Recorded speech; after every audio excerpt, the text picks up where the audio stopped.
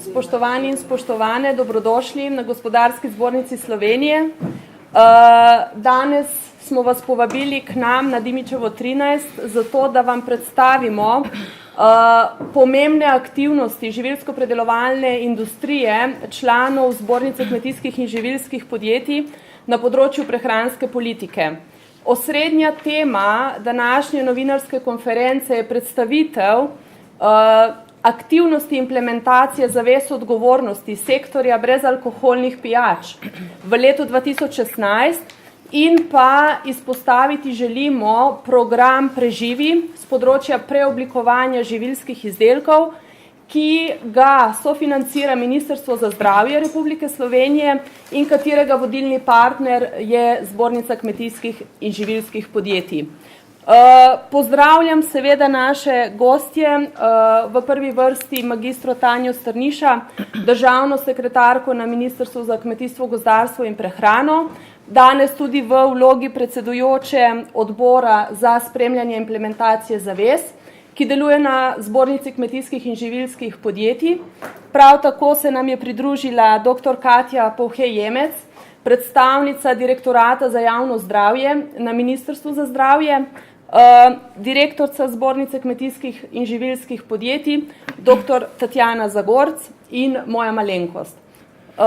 Jaz bi takoj na začetku dala najprej besedo dr. Katji Povhej-Jemec, zato da nam predstavi ogrodje oziroma izhodišča nacionalnega programa z področja prehranske politike za obdobje 2015 do 2025, na podlagi katere so pravzaprav tudi vezane naše aktivnosti programa Preživi in pa projekta Zaveza odgovornosti. Prosim. Hvala lepa za besedo. Lep pozdrav tudi v imenu Ministrstva za zdravje in v mojem imenu. Vesela sem, da se vas je udeležil te tiskovne konference v tako velikem številu in da vam bom imela priložnost predstaviti ta naš nacionalni program, ki smo ga skupaj še z drugimi ministrstvi oblikovali in ga je potrdil Državni zbor. Program je obširen, je nastavljen na 10-letno obdobje do leta 2025. Zdaj, če na kratko povem, kaj so cilji nacionalnega programa, to je povečati delež dojenih otrok, povečati delež ljudi, ki se vsakodnevno zajtrkuje in se zdravo prehranjuje, delež prebivalcev, ki so redno telesno dejavni, po drugi strani pa želimo zmanjšati delež debelih in prekomerno težkih prebivalcev, delež funkcionalno manj zmožnih in podhranjenih, predvsem starejših in bolnikov, ter zmanjšati vnos nasičenih maščob, sladkorja, soli in vsebnost trans maščob. Kot ste opazili, glede na različno tematiko, je nacionalni program zelo širok. Obsega 10 področij, vključena so različni resorji, tako z področja kmetijstva, sociale, zdravstva, šolstva in v bistvu vsi ti sodelujemo in skupnimi močmi nekako prispevamo k tem ciljem, to je zmanjšati trend debelosti in prispevati k manj kroničnim boleznim. V letošnjem letu je vlada sprejela prvi akcijski načrt, ki se izvaja in ministrstvo že je v bistvu v okviru tega izvajanja podprlo 20 programov, nekateri so tudi nevladni in eden izmed teh programov je tudi program Preživi, ki ga je omenila dr. Petra Medved-Žurašinovič. Zdaj, če na kratko prikažem vseh teh 10 področij, to je res kratko, ker sicer bi potrebovali kar precej več časa, kot je na razpolago, je prvo področje vezano na zdravo prehranjevanje v sistemih, kot so šole, vrtci, javne inštitucije. In tukaj poteka prenova smernic zdravega prehranjevanja. V podporo organizatorjem prehrane in izvajanju prehrane se je že v preteklosti formiral in se tudi še nadgrajuje in dopolnjuje šolski lonec. Izvajamo pa tudi projekt Kuhna pa to. To je program, kjer otroci s svojim medvrstniškim vplivom nagovarjajo svoje vrstnike k večjemu uživanju zelenjave, sadja. In sicer oni s pomočjo šolskih kuharic v šolskih kuhnah za svoje vrstnike pripravijo obrok. Izkazalo se je, da takrat, ko so sami angažirani, so dobri motivatorji, ostaja mnogo manj tudi ostankov hrane. Veliko delamo na samem izobraževanju in usposabljanju. Zdaj pa, če preidemo tudi na drug segment, želimo povečati tudi ponudbo koristnih izdelkov, ki so zdravju bolj prijazni.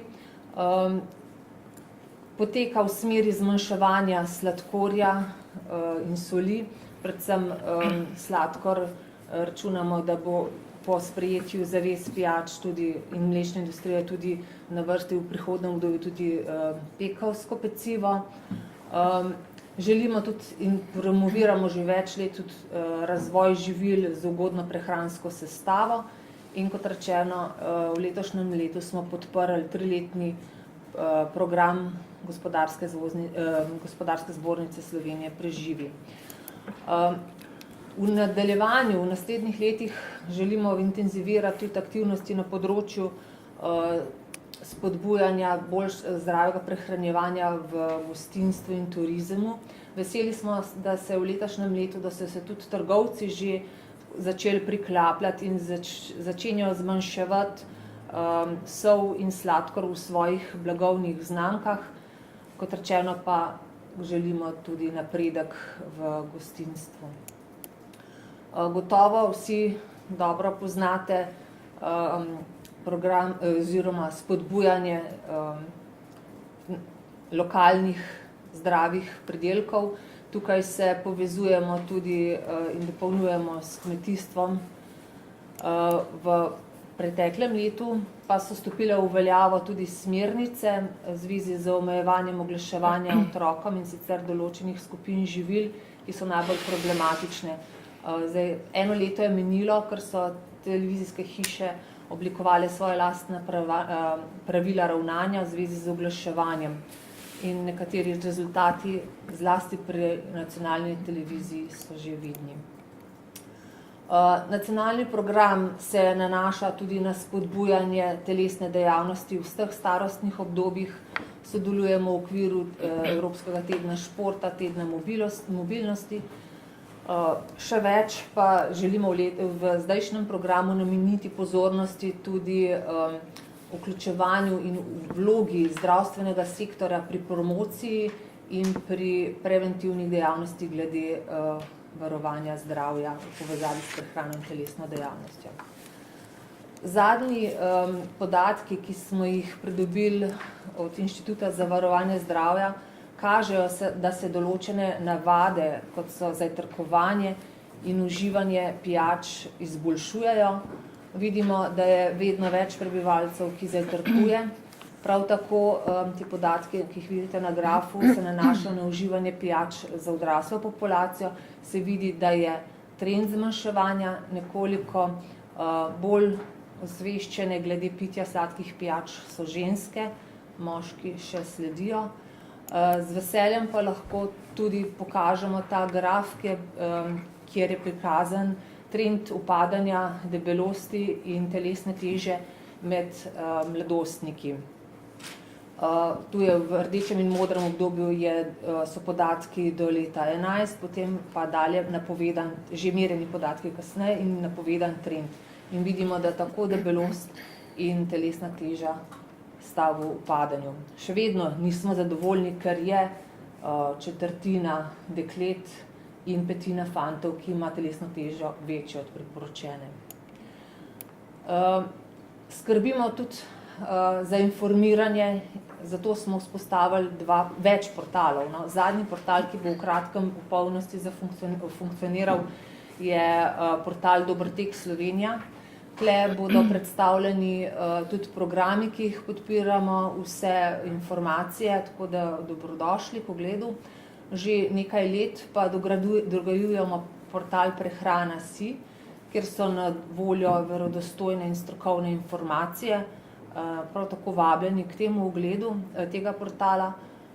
Že prej pa sem omenila šolski lonec, ki je namenjen specifičnejši problematiki oziroma tematiki šolske prehrane. Hvala lepa. Hvala dr. Katji Povhej-Jemec za uvodne besede in pravzaprav postavitev ogrodja, iz katerega izhajajo naše konkretne aktivnosti. Zato jaz vabim direktorico dr. Tatjano Zagorc, da predstavi, kaj smo pravzaprav v preteklem letu uspeli doseči z aktivnostmi naših članov na področju prehranske politike. Ja, hvala Petra. Petra je pri nas gonilna sila na področju aktivnosti, ki se tičejo prehranske politike, ki se tičejo zakonodaje in označevanja, in te aktivnosti seveda so povezane tudi z delom njenega tima. Dovolite, da najprej predstavim tudi jaz malo širšo sliko, in sicer Gospodarska zbornica Slovenije, Zbornica kmetijskih in živilskih podjetij pokriva praktično vse sektore, tako v kmetijstvu kot v živilski predelavi. Če pogledamo, pokrivamo na področju kmetijstva vsa večja kmetijska podjetja, ki se ukvarjajo z pridelavo in pa prirejo, bom rekla, osnovnih surovin, ki potem stopajo v živilsko industrijo. In zakaj tako plastično prikazani sektorji? Zato, ker prav vsi sektorji so pomembni pri kreiranju in izpolnjevanju ciljev prehranske politike. Kot rečeno, izredno aktivni pijačarji, sledili so mlekarji in seveda delovna skupina pekov je zasedala že prejšnji teden, tako da dejansko bomo z vsemi sektorji, ki so pač relevantni za izpolnjevanje ciljev prehranske politike, obdelali to tematiko. To so naši člani, aktivni člani, 165 jih je, tako da je Zbornica kmetijskih in živilskih podjetij resnično največja panožna interesna zbornica, ki pokriva predelavo živil. Seveda, aktivnosti same industrije se močno navezujejo tudi na znanstvene raziskave, na sodelovanje z, bom rekla, z inštitucijami, ki posredujejo znanje, tvorijo znanje, in prav ta stik je omogočen od letošnjega leta v strateško razvojno inovacijskem partnerstvu Hrana. Tukaj združujemo poleg kmetijskih in živilskih podjetij prav vse inštitute, ki delujejo na področju, bom rekla, poročevanja kmetijstva, živilstva in vseh politik, ki so povezane z letemi, vse univerze slovenske. Tako da imamo res nabor v tem trenutku 150 strokovnjakov, s katerimi sodelujemo in bomo seveda v naslednjem letu še bolj intenzivno sodelovali.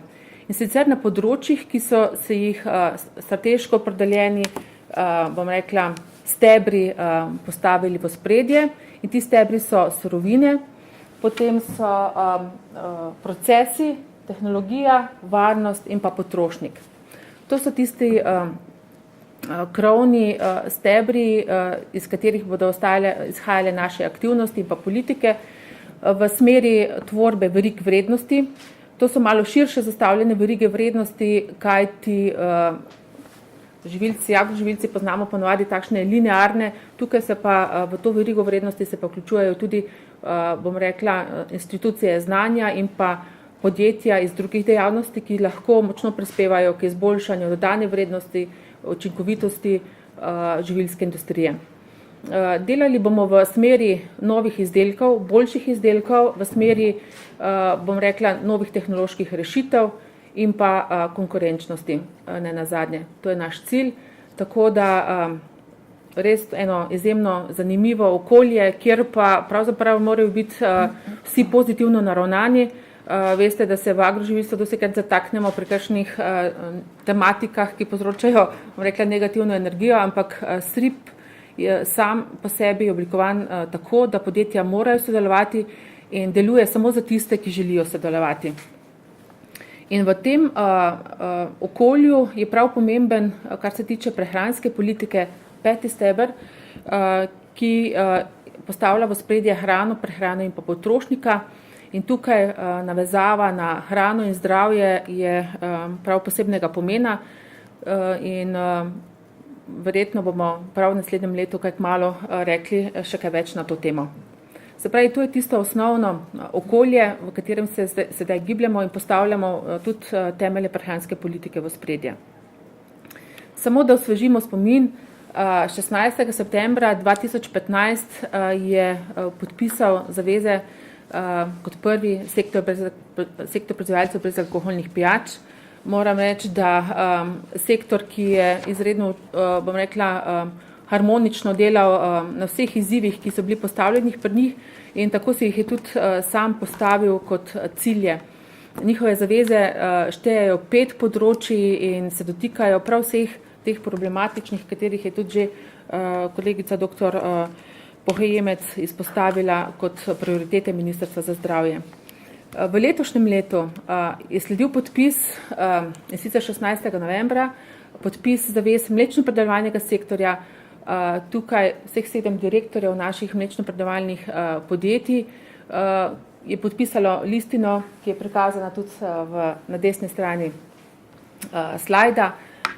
Dejstvo je, da tudi pred njimi so izzivi in tako rekoč mlečni sektor se je sam postavil ogledalo za tiste izdelke, ki jih pa želi reformulirati, izboljšati njihovo sestavo, tako da mislim, da jih tudi čaka zanimivo leto. Prav pa se vsi veselimo izdelkov, ki bodo prihajali iz tega programa.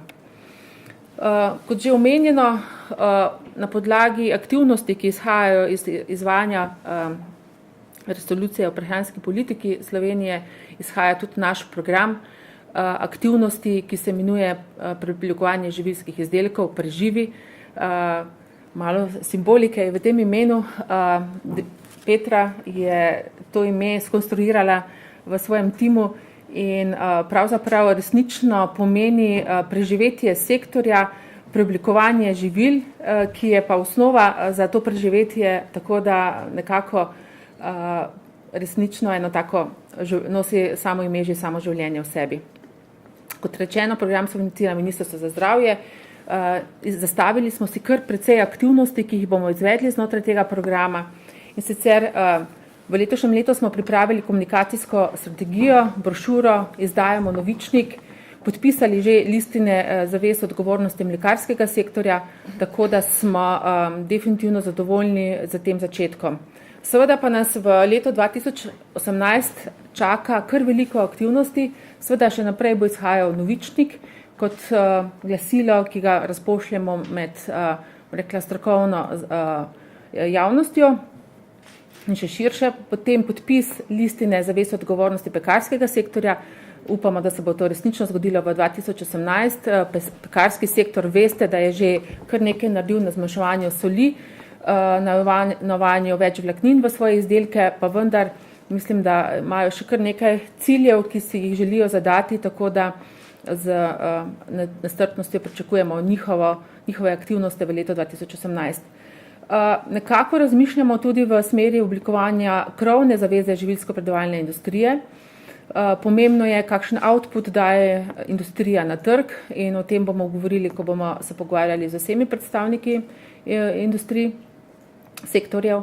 Tako da to. Potem seveda za lažje delo podjetij mislim, da je prav nujen priročnik za preoblikovanje živil, in sicer ne tako za velika podjetja, ki imajo znotraj svojih zaposlenih visoko usposobljene strokovnjake.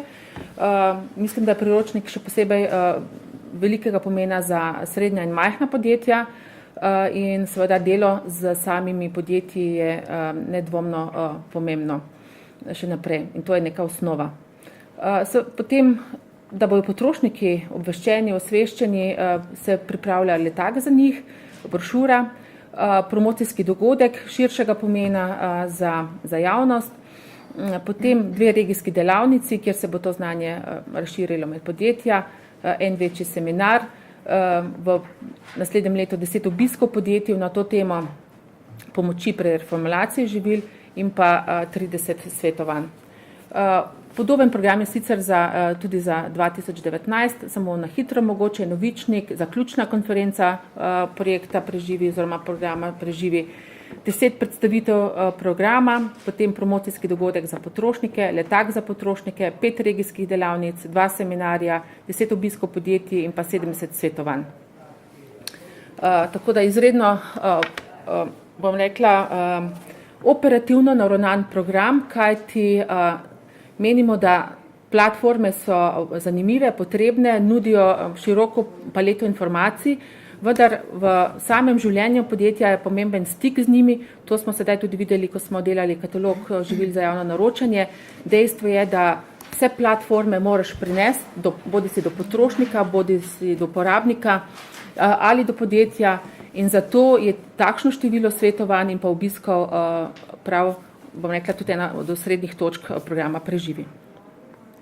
Namen programa Preživi, se pravi sodelovanje živilsko-predelovalne industrije z drugimi deležniki, izboljšanje sestave živilskih izdelkov, povečanje ponudbe prehransko ustreznejših živil in pa spodbujanje potrošnikov k uživanju in izboljšanju k uživanju živil izboljšane sestave, kajti nenazadnje vse naše reformulacije ne pomenijo nič, če jih potrošniki ne bodo kupovali in jemali z trgovskih polic. Naše ciljne skupine programa Preživi so seveda živilska podjetja, ki imajo sedež v Sloveniji, njihovi dobavitelji, trgovci in pa strokovna javnost ter nenazadnje že večkrat omenjeni potrošniki.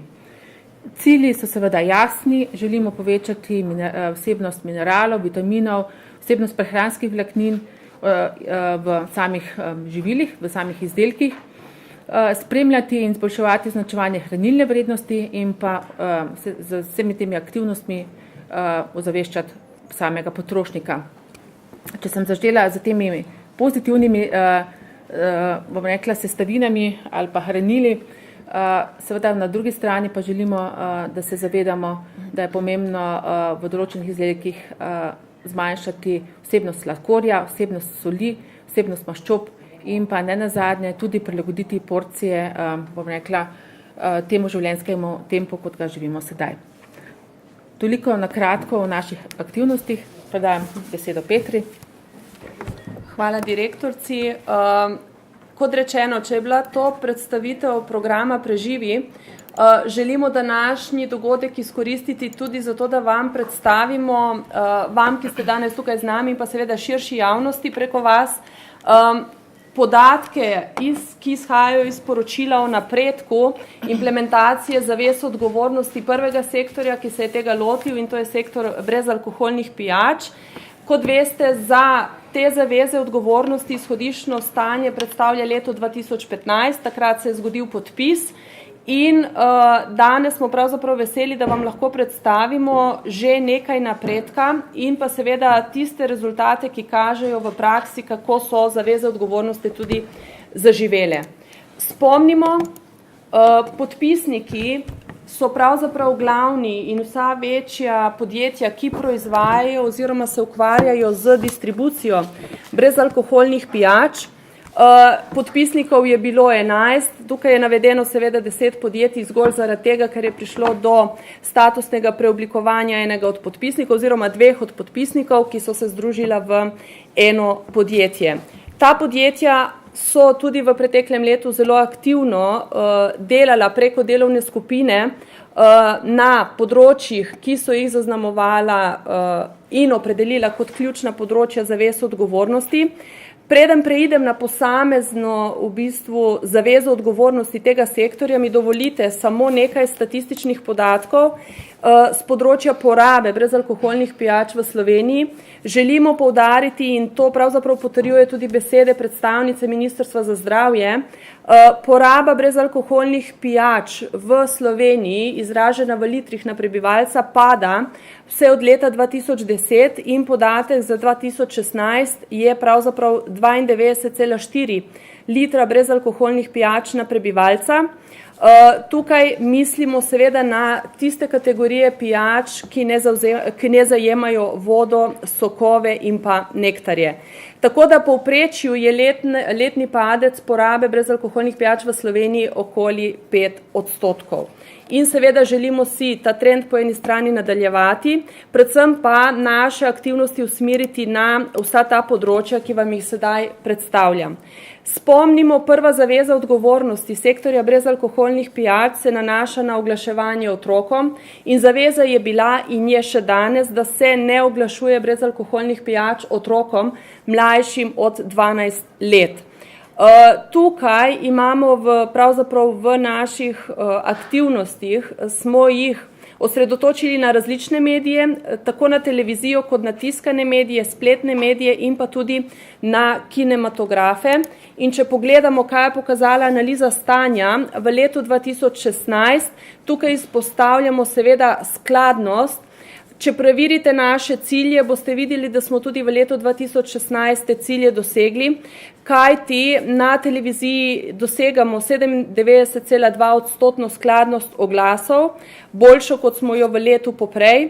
V tiskanih medijih in v kinematografih smo uspeli v letu 2016 doseči pravzaprav 100% skladnost, to pomeni, da ni bilo oglasov za brezalkoholne pijače. V teh medijih na spletnih straneh pa smo dosegli v letu 2016 99% skladnost. Na področju druge zaveze odgovornosti, ki se nanaša na odgovorno obnašanje v šolah, tukaj smo tudi v letošnjem letu v sodelovanju z študenti Zdravstvene fakultete Univerze v Ljubljani naredili stanje na terenu, ogledali smo si pravzaprav reprezentativen vzorec tako osnovnih kot srednjih šol in ugotovili naslednje. Analiza stanja je pokazala, da je bil v 31,4% vseh analiziranih pregledanih srednjih šol nameščen prodajni avtomat tudi z brezalkoholnimi pijačami. V 21% srednjih šol so bila dejansko prisotna oglaševalska sporočila, v 71,4% v takem deležu srednjih šol so se pravzaprav na njihovem območju ponujale ali oziroma prodajale brezalkoholne pijače. Kjer je pravzaprav analiza pokazala, da se ponujajo in pa prodajajo brezalkoholne pijače, pa želim poudariti, da je bila vedno na voljo dijakom tudi voda, kar je pravzaprav tudi naš cilj in stanje na področju te zaveze želimo seveda še izboljšati, predvsem na področju umika oglaševalskih sporočil v srednjih šolah in tukaj tesno želimo sodelovati tudi v prihodnosti z resornim ministrstvom, pa tudi s posredniki, ki pravzaprav so prisotni v šolah in ki ponujajo oziroma prodajajo brezalkoholne pijače. Tretja zaveza odgovornosti sektorja brezalkoholnih pijač se nanaša na jasno informiranje o energijski vrednosti na lastnih blagovnih znamkah. Tukaj imamo zastavljen zelo konkreten cilj. Želimo, da bo do leta 2020 najmanj 60% lastnih blagovnih znamk imelo dodatno izpostavljeno informacijo o energijski vrednosti na prednji strani embalaže. Prav tako si prizadevamo, da bi čim več izdelkov, ki prihajajo na trg iz tega segmenta, imelo podatek oziroma informacijo v obliki prehranske trditve, ukolikor izdelek seveda vsebuje nižjo vsebnost sladkorja oziroma znižano energijsko vrednost. In analiza stanja je pokazala, da je pravzaprav delež izdelkov, ki imajo prostovoljno dodatno označeno energijsko vrednost na prednji strani embalaže, že zelo visok, kajti naš cilj je do leta 2020, že v letu 2016 smo dosegli 52,4% delež takih izdelkov, ki so to ikono na prednji strani tudi imele. Četrta zaveza odgovornosti se nanaša na ponudbo različnih izdelkov. Tukaj z predstavniki podjetij podpisnikov spremljamo energijski iznos, povprečen energijski iznos brezalkoholnih pijač in pa seveda ponudbo na slovenskem trgu pijač različnih kategorij. In tukaj želim izpostaviti, da v letu 2016 je bilo danih na trg 64 novih izdelkov iz kategorije brezalkoholnih pijač. Skoraj polovica, torej 48% delež je bilo takih, ki je imelo energijsko vrednost nižjo od 34 kilokalorij na 100 ml, kar kaže v bistvu tudi lep dosežek implementacije te zaveze, kajti potrošniku ponujamo nizkoenergijske pijače in pa pijače z nižjo vsebnostjo sladkorja. Kar zadeva energijski iznos, je analiza stanja v letu 2016 pokazala, da smo uspeli v enem letu z implementacijo zavez doseči padec energijskega iznosa za 2,4%. To pomeni, da nadaljujemo ta trend, ki je pravzaprav identificiran kot cilj naše zaveze. Od leta 2010 do leta 2015 smo poročali, da je bil padec energijskega iznosa za 9%, torej dodatnih 2,4% v letu 2016. In pa poglejmo še, kaj je pokazala analiza stanja na področju implementacije 5. zaveze, ki se nanaša na spodbujanje zdravega življenjskega sloga. Predvsem tukaj z našimi podpisniki spremljamo njihove aktivnosti na področju organizacije in pa spodbujanja športnih oziroma rekreacijskih dogodkov za širšo družbo in pa za lastne zaposlene. Tukaj želim izpostaviti, da je analiza stanja v letu 2016 pokazala skoraj polovico več udeležencev na športnih in pa rekreacijskih dogodkih, kjer so bili naši podpisniki prisotni, tako da to kaže v nek trend v bistvu gibanja širše družbe. Tudi podatki za spodbujanje zdravega življenjskega sloga znotraj podjetij so spodbudna, je pa tukaj manevrskega prostora še nekoliko več. In dovolite, da v zaključkih svoje prezentacije predstavim še nekaj zelo konkretnih primerov dobrih praks naših podpisnikov. Tukaj boste videli in tudi v poročilu, ki ste ga prejeli, ki pravzaprav povzema vse tele glavne podatke, so konkretni primeri izdelkov in pa aktivnosti. Tukaj so primeri, naprimer, izdelka, ki ima prehransko trditev že v imenu oziroma kot del imena samega proizvoda. Gre za v bistvu Sola čaj, podjetja Pivovarne Laško Union. Tudi podjetje Kostela je dalo na trg lep asortiman nizkoenergijskih vod z okusi, kjer so tudi poskrbeli za dodatno navedbo ikone o energijski vrednosti na prednji strani embalaže. Prav tako izdelki brez sladkorja oziroma znižano vsebnostjo sladkorja tudi do 50%, ravno tako z izpostavitvijo energijske vrednosti na prednji strani embalaže. Če so bili tole izdelki podjetja Droga Kolinska, Atlantic Grupe in pa podjetje Fruktal, je tudi podjetje Radenska dalo kar nekaj izdelkov takih na trg v letu 2016, to je pravzaprav Radenska z okusi. Podjetje Vital ravno tako z ponudbo sadnih pijač s 30% manj sladkorja in pa še primeri dobrih praks naših podpisnikov na področju spodbujanja zdravega življenjskega sloga. Res samo nekaj primerov, v poročilu jih je še nekaj več in verjamemo, da jih bo tudi v nadaljevanju, ko vam bomo poročali o našem napredku za leto 2017, da bo takih primerov še več. Tukaj so primeri podjetja Coca-Cola, HBC Slovenija in pa podjetja Dana in pa seveda primer, ki izhaja iz podjetja Nektar Natura, ki vstopajo v šole z spremenjeno ponudbo, predvsem v smislu zagotavljanja 100% sokov, ki so na voljo našim šolarjem. O zavezah odgovornosti seveda poročamo in obveščamo transparentno preko različnih medijev. Spletna stran je aktivna, ravno tako Facebook profil. Za strokovno javnost izdajamo tudi nekajkrat na leto naš tako imenovani zaveznik, ki prinaša vse te novosti in pa še veliko več, tako da tudi vi vabljeni, da si ogledate naše aktivnosti v podrobnosti. Tako da to je, kar zadeva predstavitve pravzaprav poročila, ki ste ga danes prejeli ob prihodu na novinarsko konferenco.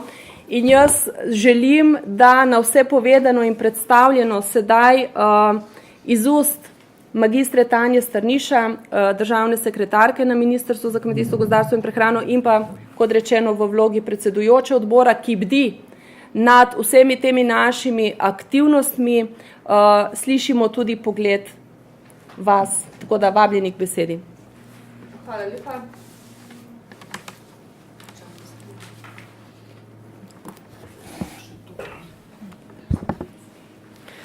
Hvala lepa za povabilo na današnjo tiskovno konferenco.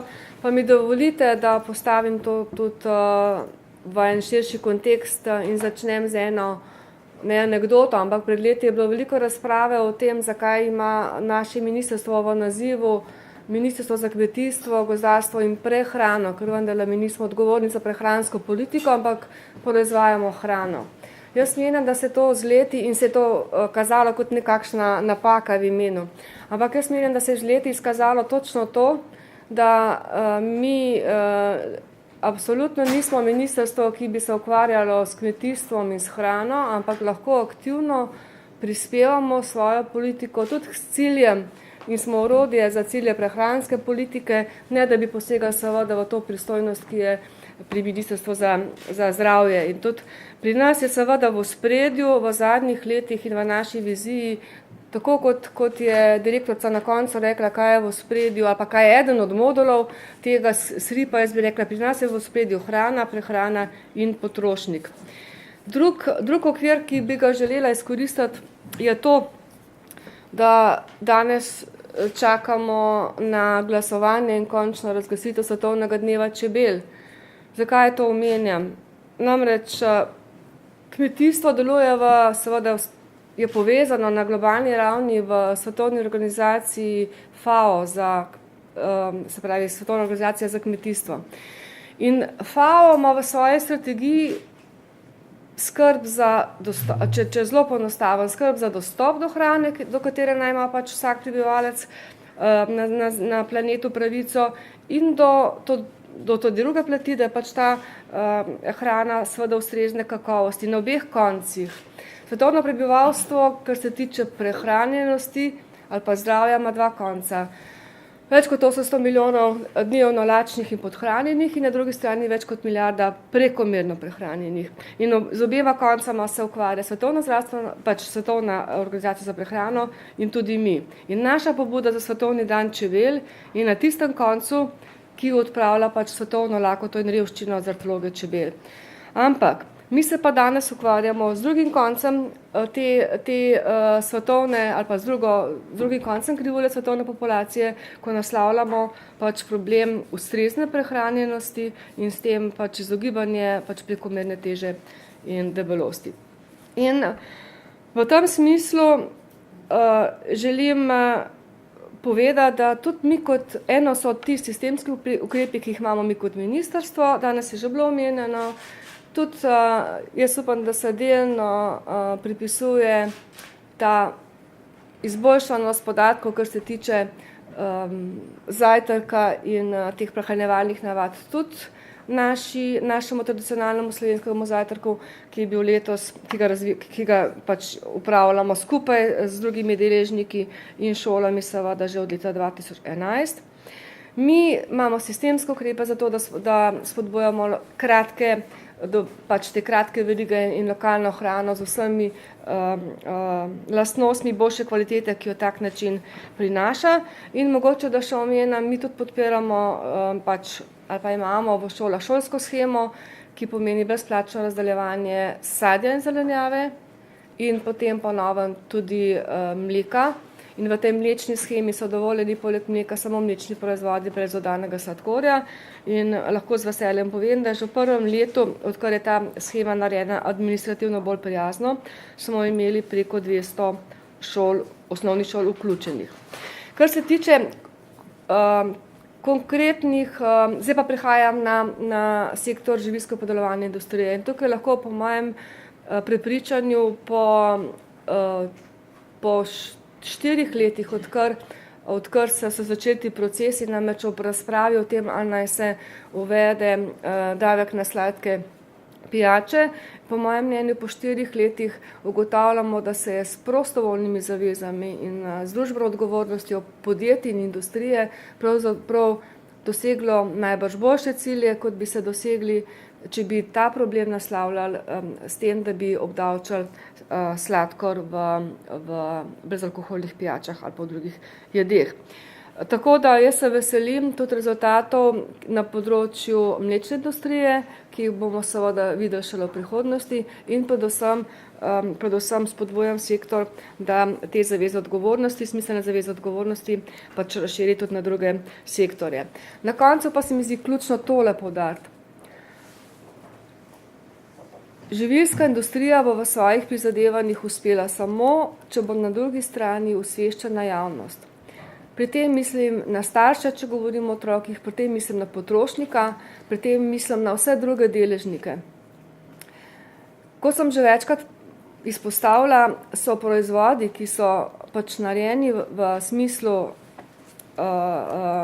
iskanja zdravju bolj primernih receptur ali pa sestavin, običajno za potrošnika saj na prvi pogled manj privlačni. In če tu ne bomo v bistvu kot celotna družba, in tukaj spet mogoče v enem delu na obeh stranih, tukaj lahko zelo veliko pripomorejo razne iniciative ali pa civilna družba, kot seveda tudi vsi vladni sektorji, ko morajo veliko narediti na osveščanju javnosti, zaradi tega,